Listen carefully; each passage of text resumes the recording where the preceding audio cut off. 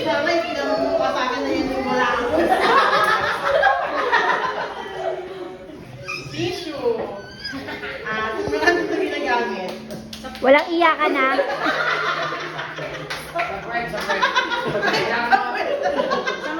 Ano sa mga allergy? Tissue. Kung i-relate ko siya pagdating kay Jisan, sinasabi ko na si Jisan parang tissue na pwede mo every time na meron kang pinagdaraanan, masaya man yan o malungkot. Sisingahan lang. Parang siyang tissue na pwede mong gamitin na i-wipe niya yung anumang nararamdaman mo.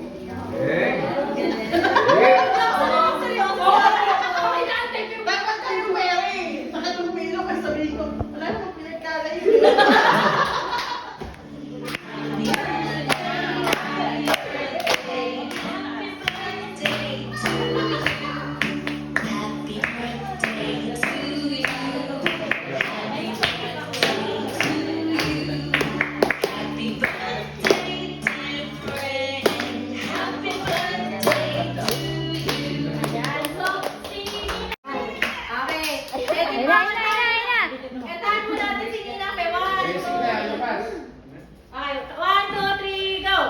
Happy birthday to you.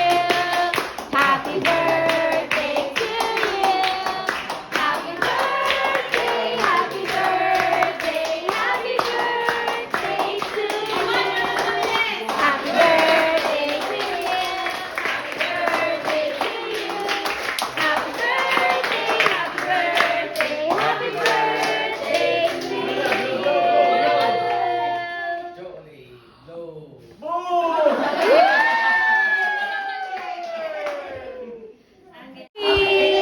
birthday! Blow lang ko lang naway ah. 1, 2, 3, go! Yay! Ulusot! Bakit mo pinaypayan? Ulo! Bakit mo pinaypayan? Happy birthday mo! Happy birthday!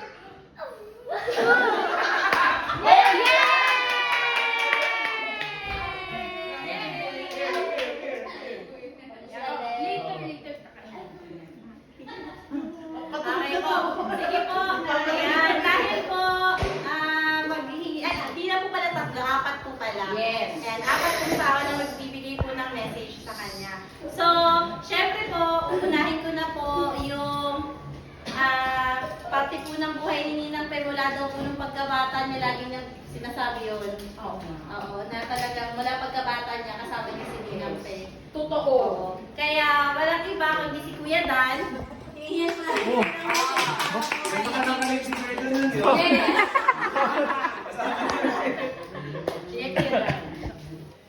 Grabe ng pagkabata. Doon ka daw po sa tabi ni Ate Pe.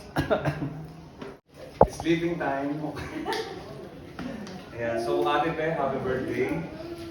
And yun nga, di naman nalata na 60. Grabe, kala ko talaga 50 plus lang or 50, 55. Pero yun, malaking blessings po no, si Ate Pe. Hindi lang sa akin, hindi siguro sa atin lahat na nandito.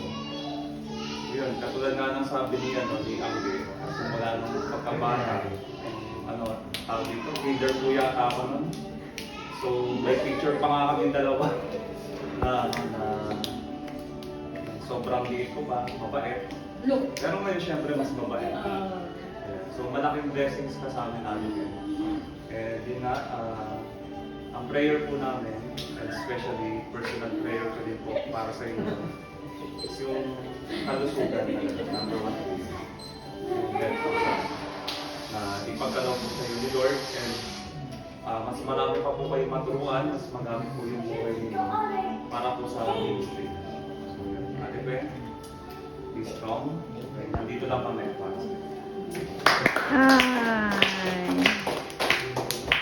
Yes, ayan din po. Ang susunod naman po magbibigay ng special message para sa ating special Ate Pe ay walang iba kundi si Kuya Michael.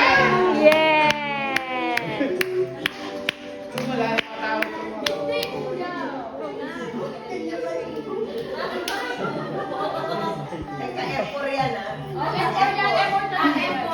Naka-F4 yan.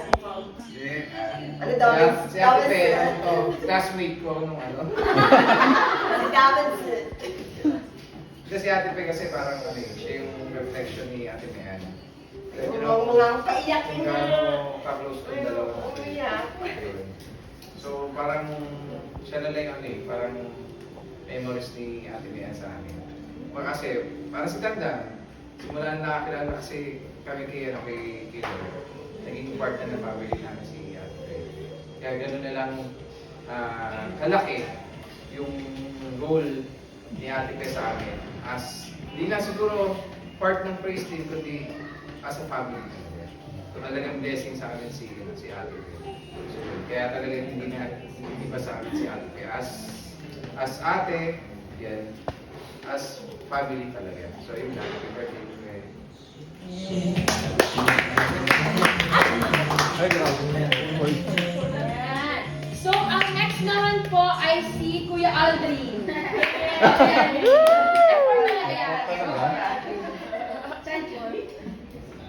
Yun, makibukas po tayo. Yan, Si Wat sila yan. Ayun, si David. Sabi na nila lahat. Happy birthday. Hindi yun. So, tagal na kami magkasama. Sa amin. Yung mga time na tutugtog. Kaming dalawa lang, mga ganun. Unang panahon. Laging nandyan. Pagsipan. So, yun. Ang wish. Ang wish at prayer ko lang na matuloy ka pa. Malakas ng Lord. Sa sipag mo sa ministry. Tuloy na maging blessing sa amin. Happy birthday. Okay, para po mabuo na ang F4. F4 talaga. Tinatawagan po namin si Kuya Carlo.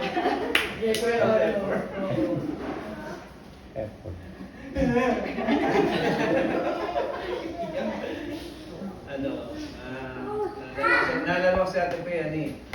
Nung ganito pa lang din ako kaliit. Nung dumating kasi ako sa church, wala pa si Ate Pe. Ay, wala ulit. Wala muna si Ate Pe kasi parang nasa Laguna siya nun eh. So pagdating niya, may nakita akong babae na naka-skirt, ayun o, yung parang Sige. pag-ganon. Tapos yung suit niyang stockings, yung net na parang pag-ganon-ganon na kulay black. Yan, hanggang dito na mataas. Sino kaya itong babae? Nagandahan ka.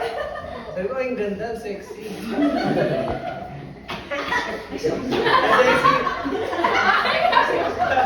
Sa palabas. Naka-picture ka na. Hinihighlight ko. Hinihighlight ko. Ayun, magpapasalamat ako kay Lord, nakilala ko si Ate Pe kasi siyempre, isa siya sa mga nag-encourage sa akin. Tsaka sa mga panahon na,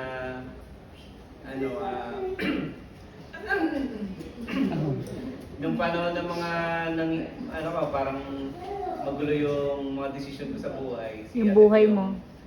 Buhay ko. Si Ate Pe yung yung hindi, ang tawag doon, hindi ko siguro masabi ko na unconditional love na rin siguro pinapakita ni Ate Pe sa amin kasi nga parang hindi wala siyang pakialam or hindi niya tinitingnan ako bilang ako sa lahat ng mga pagkakamaling pinakita ko. So, si Ate Pe yung napakamahabang grace. So, kung sakaling bilang model siguro kay Ate Pe, kung gagayin ko siya sa mga youth na ma-encounter namin sa ministry, same grace din bibigay din namin sa mga kabataan. Hindi porket nagkamali ka ng ganito, end na ng career mo kay Lord, parang gano'n. So kung binigyan ako ng limit ni Ate Pe or nung ibang kaibigan natin sa church na hanggang dito ka lang, nagkaroon ka ng limit. So parang, yun, mahirapan ka na bumalik kay Lord. Pero dahil sa grace na pinakita ni Ate Pe sa akin, sa ating mga taga-praise team, nagtutuloy-tuloy pa rin tayo. Yun. Salamat kay Lord dahil meron tayong Ate Pe na siguro na-appreciate ko rin lalo sa Ate Pe nung pumunta kami ng Batangas. Kasi nung pumunta kami ng Batangas, wala kasi silang Ate Pe doon eh. So, para siyang artista doon. Napaka-importante nung may music directress sa church na parang minsan sa church natin nababaliwala dahil nandiyan lang naman si Ate Pe, kasama natin palagi. So, yun, nakita ko doon yung importansya ng dapat kung maganda kung merong music directress sa church, maganda yung music ministry, maganda yung kanta, so yung sa choir natin maganda. So, bukod dun sa syempre sa boses, hindi lang naman tayo sinusuportahan ni Ate Pe para gumanda yung boses gumanda yung music ministry. Kundi sinusuportahan yung team tayo sa spiritual life natin, sa mga encouragement niya sa atin. Siguro lahat naman kayo na nahipo, once sa buhay niyo nahipo, na-touch kayo ni Ate Pe sa buhay niyo. Yun. Kapasalamat ako kay Rodel, meron tayong Ate Pe. Yes. Siyempre, para maging masaya ang effort, kailangan nila ng friends. Kantahan. Ng friends. So, okay, meron pa. Wait, there's more. Ayan, so, syempre, hindi natin hagaan na malungkot ang effort sa pagbibigay ng special message kay Ate Pe. So, meron siyang friend. Yan. Tinatawagan ko po si Kuya Mark. Yan, Kuya Mark. Magbigay po kayo ng message kay Ate Pe. Kinabahan ako yung friend.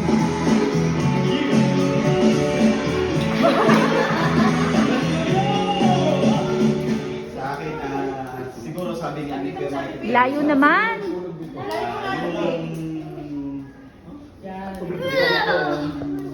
Si Ate Pe, yung nawala si Ate at saka si Danan. Siya yung sabi ko nga sa kanya Ate Pe, sa kanya ako parang niyakap ko siya.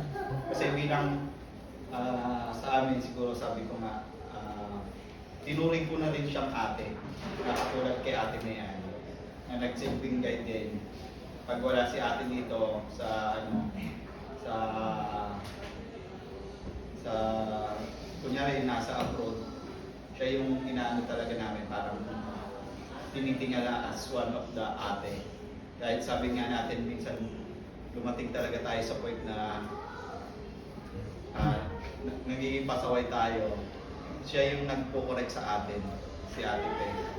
Dahil yun, maging strong ka pang lalo. Kasi marami ka pang dadaanan ulit na bata. Diba? Napag-graduate mo kami. Kumbaga may ka-graduate pa ulit sila. Yun, happy birthday, Ate Pe. 60 ka na pala. Siyempre, si Papa Talo ang Team Sunshine. So, siyempre dapat kung merong representative ang mga boys, meron din ang mga girls. Ayan, so di ko na po patatagalin pa, tinatawag po si Ate Ivy. Ivy.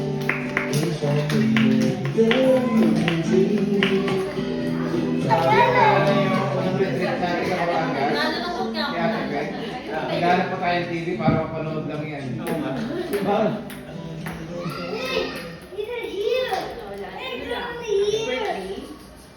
Kasi nataka ko nung pinapakita ko sa akin ay gusto na pala si ate. Nagulat ako. Hindi kasi halata. Totoo naman yung sabi nila na mahalata. Nagpapasalamat ako sa Panginoon sa buhay mo. Nawa, paano? Mas magamit ka pa? Marami pa ito. Yun lang, kaya ulit lang mula dito.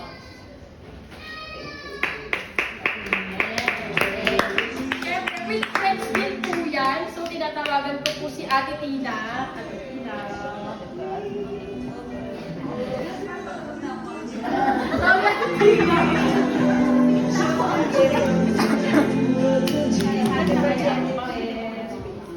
Ano sabi ka, Ate Pe? Si Ate Pe, siguro si Ate Pe talaga yung marami ako natutunan sa Una-una kasi nung dati youth pa ako, di ba yung church binibigyan ng parang merienda music team eh. So kami sa Ate Pe, parang binibigyan niya kami ng sobre. Tapos... Ay, secret lang yun. Oo, so Ate Pe, ako lang ba yun? Sabihin ko nga sana Tapos kami. may 20-20 ganyan-ganyan. So sobrang na-appreciate ko yun kasi parang naano ko sa kanya yung dedication niya doon sa tinuturuan niya. So yung isa ko natutunan talaga is yung parang, tsaka ano yung sa pagtatights, yan, natutuwa ko dyan kay Ate Pe talagang napaka-faithful niya. Though sabi niya, lagi niya sasabi na hindi siya faithful, ganyan, pero talagang when it comes to sa yung sa pagtatights yan, si Ate Pe. Tsaka ano, yung pinaka talagang yung devotion ko. Ate Pe kasi nagturo ko paano mag-devotion. Kaya ako until ngayon may devotion, pati yung mga achuchuchu, Ate Pe na. Mga achuchuchu, mga sulat-sulat. Basta yun, kung siguro kung ano ako ngayon, pagdating kay Lord, isa si Ate Pe doon sa malaking factor. Yan, kasi kumbaga, nung time na yun, siya lang yung, kasi wala akong ate, di ba, ganyan. So yung time na si Ate talaga, napakatsaga, napakasipag ng paalala sa'yo ng mga bagay-bagay. So, kahit sa love life, yan, si Ate Pe talaga. So, kumbaga, ang dami ko natutunan kay Ate Pe. Kaya Ate Pe, thank you sa lahat-lahat. Yan. Sobrang, hindi lang nahalata, no, pero sobrang na-appreciate ka po namin. So, prayer ko na mas lumalang ka sa Panginoon. Tsaka palakasin ka pa ni Lord, Ate Pe, no? Kasi meron ka ngayong ginugroom na bagong parang yung susunod na mga praise team. Natutuwa ako dun sa mga youth. Diba, natutuwa ni Ate Pe. Kasi dati talaga yung time na may papakita talaga sa atin. So yung, ngayon parang ginugroom na sila ni Ate Pe. So yun po, Ate Pe. Thank you sa lahat. Mahal ka na. Happy birthday!